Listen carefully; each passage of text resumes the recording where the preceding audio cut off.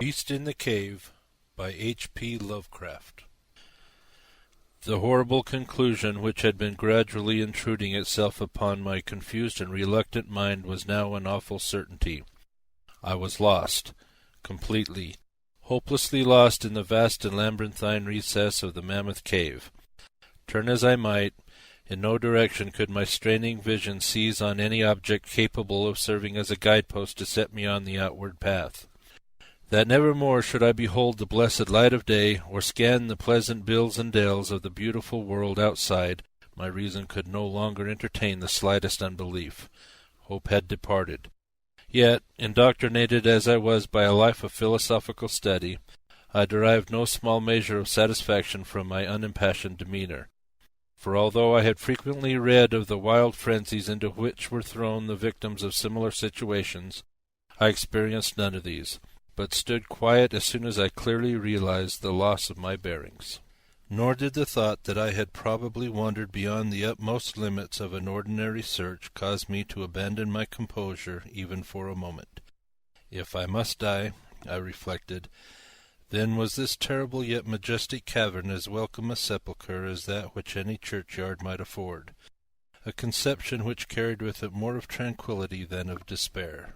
Starving would prove my ultimate fate, of this I was certain.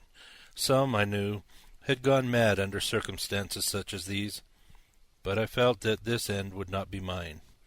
My disaster was the result of no fault save my own, since unknown to the guide I had separated myself from the regular party of sightseers, and, wandering for over an hour in forbidden avenues of the cave, had found myself unable to retrace the devious windings which I had pursued since forsaking my companions. Already my torch had begun to expire. Soon I would be enveloped by the total and almost palpable blackness of the bowels of the earth. As I stood in the waning, unsteady light, I idly wondered over the exact circumstances of my coming end. I remembered the accounts which I had heard of the colony of consumptives who, taking their residence in this gigantic grotto to find health from the apparently salubrious air of the underground world, with its steady, uniform temperature, pure air, and peaceful quiet, had found, instead, death in strange and ghastly form. I had seen the sad remains of their ill-made cottages as I passed them by with the party, and had wondered what unnatural influence a long sojourn in this immense and silent cavern would exert upon one as healthy and vigorous as I. Now, I grimly told myself, my opportunity for settling this point had arrived, provided that want of food should not bring me too speedy a departure from this life.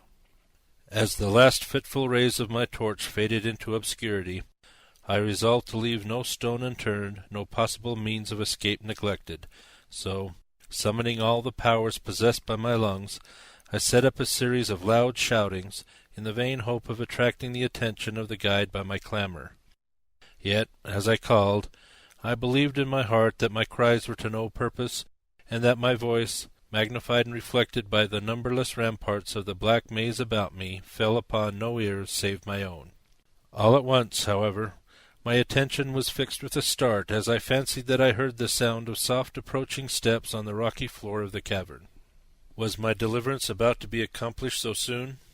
Had, then, all my horrible apprehensions been for naught, and was the guide, having marked my unwarranted absence from the party, following my course and seeking me out in this limestone labyrinth? Whilst these joyful queries arose in my brain, I was on the point of renewing my cries in order that my discovery might come the sooner, when in an instant my delight was turned to horror as I listened. For my ever-acute ear, now sharpened in even greater degree by the complete silence of the cave, bore to my benumbed understanding the unexpected and dreadful knowledge that these footfalls were not like those of any mortal man.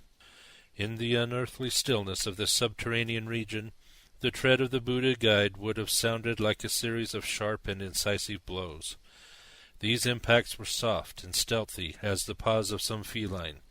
Besides, when I listened carefully, I seemed to trace the falls of 4 instead of 2 feet. I was now convinced that I had by my own cries aroused and attracted some wild beast, perhaps a mountain lion which had accidentally strayed within the cave.